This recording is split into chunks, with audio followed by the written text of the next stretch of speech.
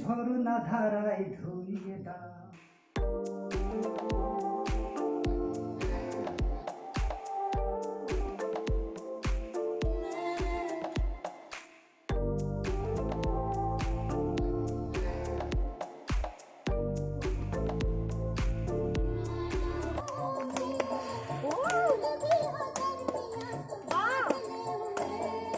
देखा एक ख्वाब को ये सिलसिले हुए।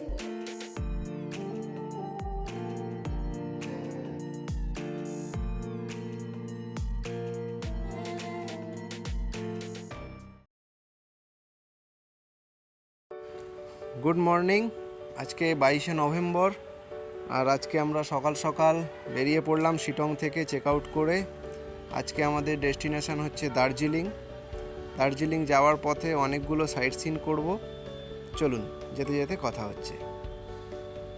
শিটং থেকে বেরিয়ে আমরা মংপুর রাস্তা ধরেছি, আর সেখানে আমাদের প্রথম স্টপ হচ্ছে নামতিং পোকরি। এই পাইন ফরেস্টের ভেতর দিয়ে হেঁটে যেতে হবে, আর ডান দিকে পড়বে নামতিং পোকরি লেক। যদিও এখন জল নেই। এই হচ্ছে সেই নামতিং পোকরি লেক।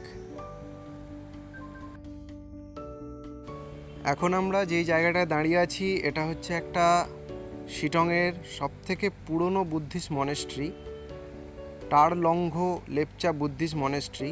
আর এই মনেস্ট্রিটার বিশেষত্ব হচ্ছে গিয়ে এটা কিন্তু মাড মনেস্ট্রি, মানে মাটি দিয়ে করা একটা মনেস্ট্রি।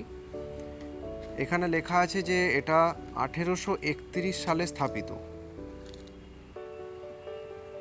চলুন ভেতরটা ঘুরে দেখি।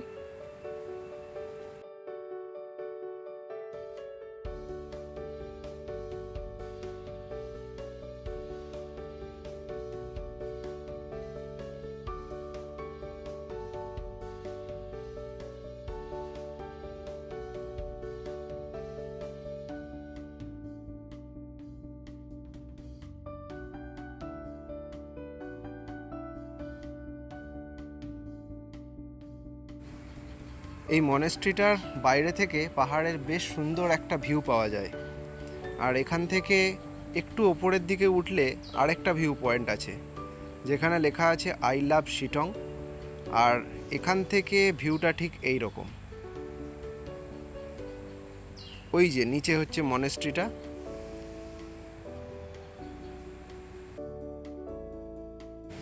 এরপর আমাদের নেক্সট ডেস্টিনেশন যোগীঘাট ব্রিজ।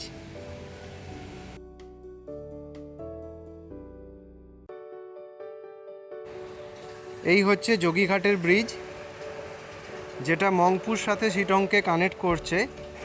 আর এপাশে যে ব্রিজটা দেখতে পাচ্ছেন, কেবল ব্রিজটা, এটা আগে ছিল, আর এই ব্রিজটা নতুন তৈরি হয়েছে। আর 5টা ব্রিজের মতন এটা কিন্তু নর্মাল একটা ব্রিজ নয়। এটা একটা বলতে পারেন টুরিস্ট স্পট হয়ে গেছে। যারা মোটামুটি শিটং বা দার্জিলিংয়ের এদিকে আসেন তারা যোগীঘাট ব্রিজটাকে বাকেট লিস্টে রাখেন। তো একটা ব্রিজ দেখার জন্য এত মানুষের ভিড় হয় এখানে। সত্যিই খুবই সুন্দরভাবে সাজানো ব্রিজটাকে, এবং এখান থেকে যে পাহাড়ি নদীটা, খুব সুন্দর একটা ভিউ পাওয়া যায়। তো যার জন্যই মানুষজন আসেন, প্রচুর মানুষ ছবি তুলছেন, আমরাও তুললাম। হ্যাঁ, খুবই এনজয় করছি জায়গাটাকে।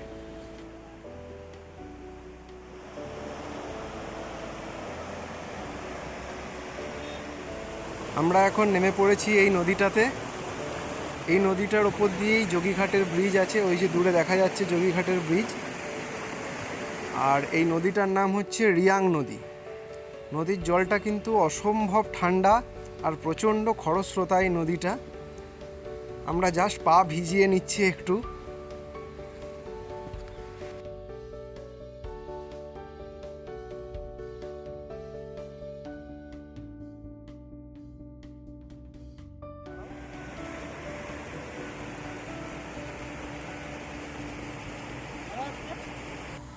আমরা এখন এসেছি মংপুর রবীন্দ্র ভবনে। আর এখানে কবিগুরু রবীন্দ্রনাথ ঠাকুর মোট 4 বার এসেছিলেন।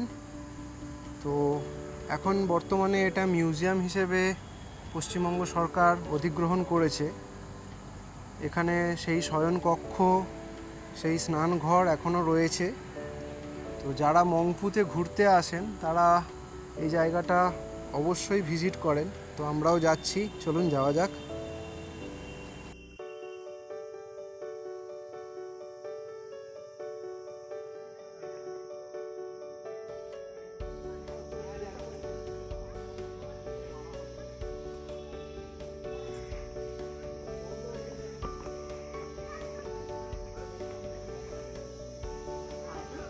ছয়জন, ওকে।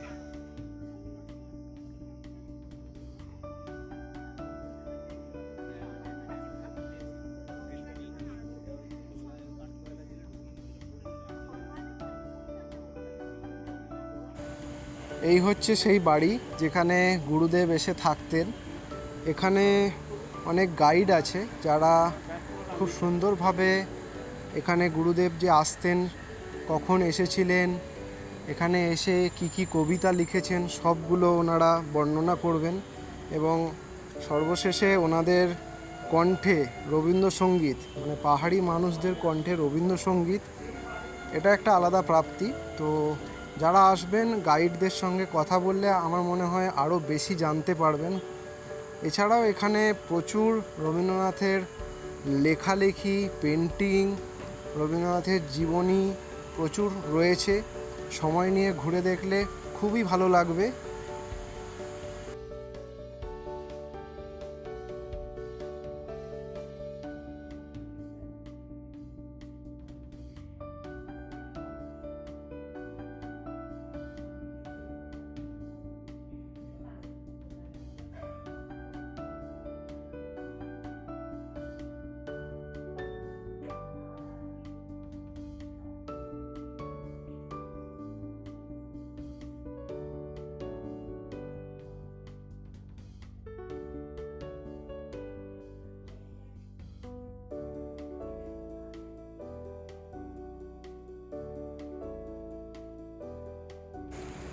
এটা হচ্ছে সেই সময়কার বাথরুম যেটা রবীন্দ্রনাথ ঠাকুর সেই সময় ইউজ করতেন, সেটা এখনও রয়েছে।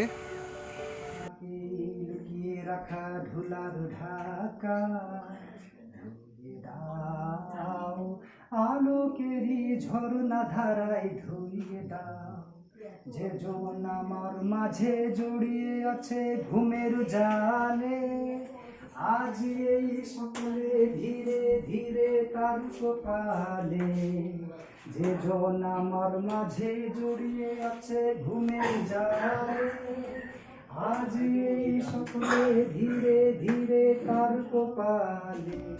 আর এই রবীন্দ্র ভবনের পাশেই রয়েছে সিংকোনা প্ল্যান্টেশন, সময় থাকলে ওটাও ঘুরে আসতে পারেন। মংপু থেকে বেরিয়ে এখন আমরা যাচ্ছি দার্জিলিংয়ের দিকে। আর বেশ টেম্পারেচারের যে পার্থক্য সেটা অনুভব করছি, বেশ ঠান্ডা লাগছে। আর এরপর আমাদের নেক্সট ডেস্টিনেশন হচ্ছে ঘুম মনেস্ট্রি।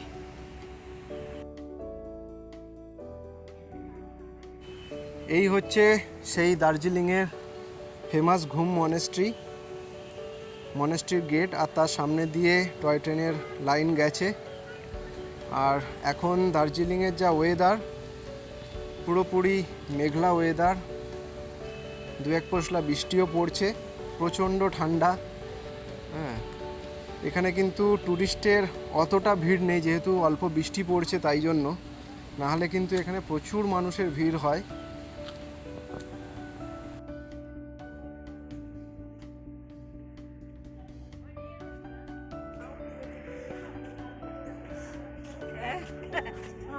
গরম পাচ্ছে।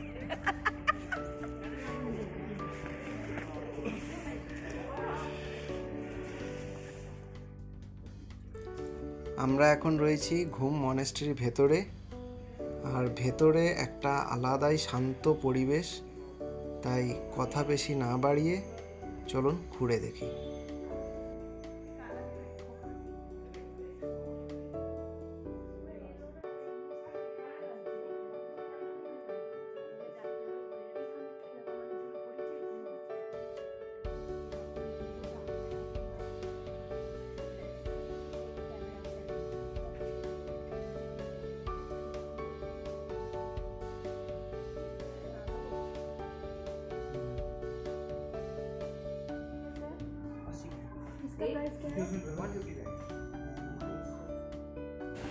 ঘুম মনেস্ট্রি দেখে এখন আমরা দার্জিলিং টাউনের দিকে যাচ্ছি। আর ডান দিকে টয় ট্রেনের লাইন, এই দেখুন একটা টয় ট্রেনও যাচ্ছে আমাদের আগে আগে। তো আমরা এখন যাব আমাদের হোমস্টেতে। আমাদের হোমস্টেটা দার্জিলিং যে মেন লোকেশন যেখানে সবাই থাকে, মেনলি ম্যাল বা চকবাজার ওই সব জায়গায় নয়, তার থেকে অনেকটা আগে, 4 কিলোমিটার মতন আগে। এই হচ্ছে ডালি মনেস্ট্রি। দার্জিলিংয়ের আরও একটা ফেমাস মনেস্ট্রি হচ্ছে এই ডালি মনেস্ট্রি। এখানেও অনেকে আসেন।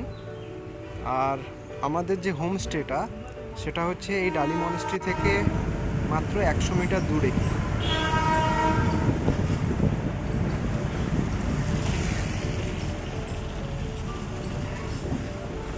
ডালি মনেস্ট্রি ক্রস করে আমরা এলাম এখানে ভারত পেট্রোলিয়ামের এই যে পাম্প, ঠিক এর উল্টো দিকেই হচ্ছে আমাদের হোমস্টে।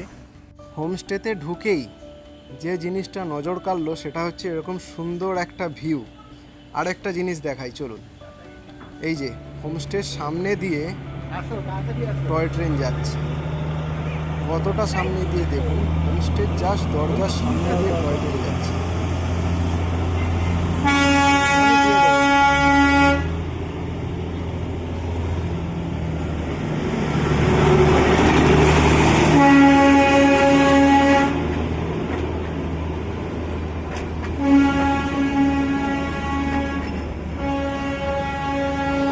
টয় ট্রেন গেল, টয় ট্রেনের লাইন। আর এই হচ্ছে আমাদের হোমস্টে। হোমস্টেটার নাম হচ্ছে বাসকুটির। আমি অনলাইনে বুক করেছিলাম, ওনাদেরকে ফোন করেও আপনারা বুক করতে পারেন।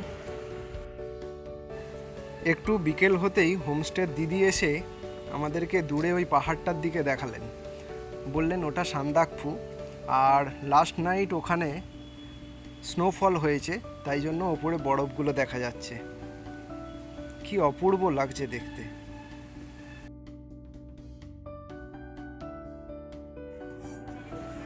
এখন ঘড়িতে বাজে 5:30 আর আমরা এখন এলাম দার্জিলিংয়ের চক বাজারে।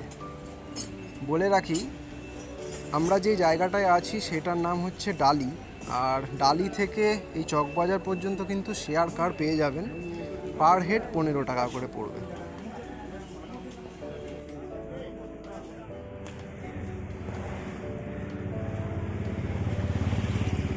আমরা এখন যাচ্ছি ম্যালের দিকে। আর এই যে রোডটা দেখছেন এটাই হচ্ছে ম্যালের দিকে যাচ্ছে। আর এটা হলো গ্লিনারিস। এই হোপ লেখাটার সঙ্গে সবাই ছবি তুলতে পছন্দ করে। আমরা আগে যাই, গ্লিনারিসে কিছু খেয়ে দে, তারপরে শপিং শুরু করছি।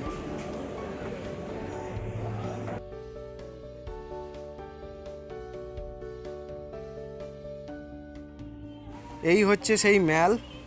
আর এখানে এখন সরস মেলা হচ্ছে, তাই বিভিন্ন জেলা থেকে বিভিন্ন কাউন্টার এখানে বসেছে আর প্রোগ্রামও চলছে।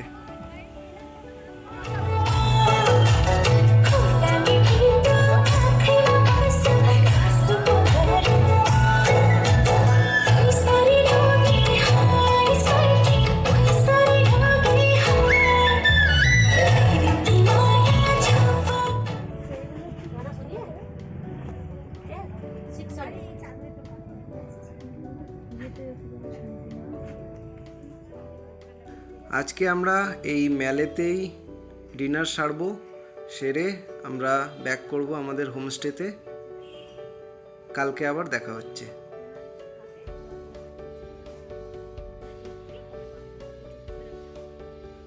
Good morning.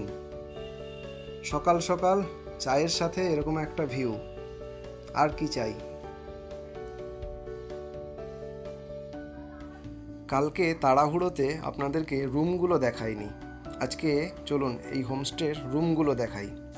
প্রথমে দেখাই এই জায়গাটা, এটা হচ্ছে ডাইনিং, এই হোমস্টের ডাইনিং এরিয়া। এখানে আমরা একটু পরে ব্রেকফাস্ট করব।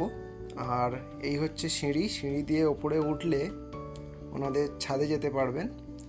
তো ছাদ থেকে কিন্তু একটা দারুণ ভিউ পাওয়া যায়, চলুন গিয়ে দেখাই।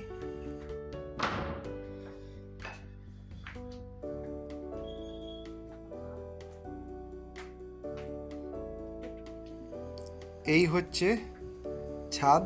ছাদে আমরা এসে গেছি, আর ছাদটা কিন্তু বেশ সুন্দরভাবে ডেকোরেট করা এবং নানান গাছগাছলা দিয়ে সাজানো। আর ছাদ থেকে ভিউটা দেখুন শুধু।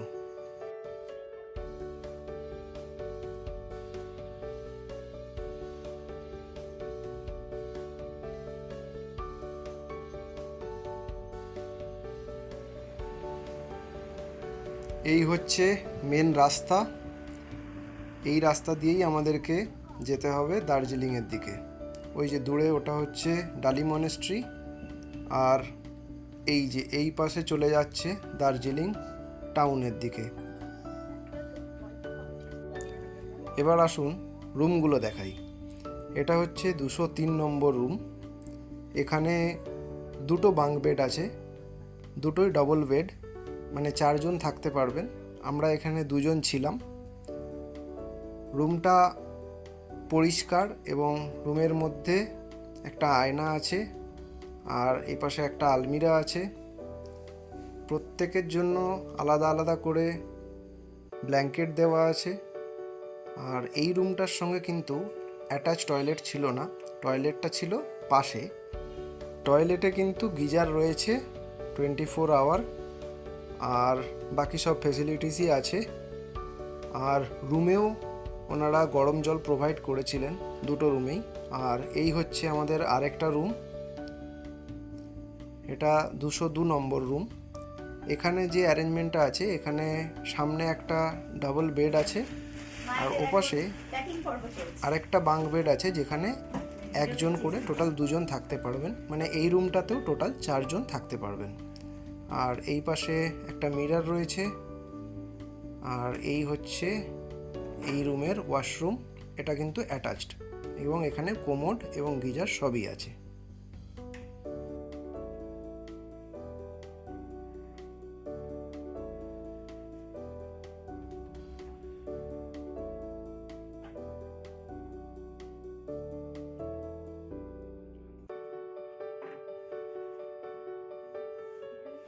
এখন আমরা চলে এসেছি ব্রেকফাস্ট করতে। আর ব্রেকফাস্টে গরম গরম রুটি, আর তার সাথে ঘুগনি, আর সাথে রয়েছে চা। ব্রেকফাস্ট করে আমরা এখান থেকে চেক আউট করবো। আর আজকে আমরা সারা দিনটা দার্জিলিংয়ের সাইট সিন করবো। সাইট সিন করে দেন আমরা যাব দার্জিলিংয়েরই আরেকটা অফবিট জায়গা, যার নাম হচ্ছে আরিয়াস টি স্টেট। অ্যাকচুয়ালি একটা চা বাগান, তার মধ্যে আমাদের হোমস্টেটা। আমরা ওখানেই আজকে নাইট স্টে করব। তো সেটা থাকছে পরের ব্লগে, দেখতে থাকুন, সঙ্গে থাকুন।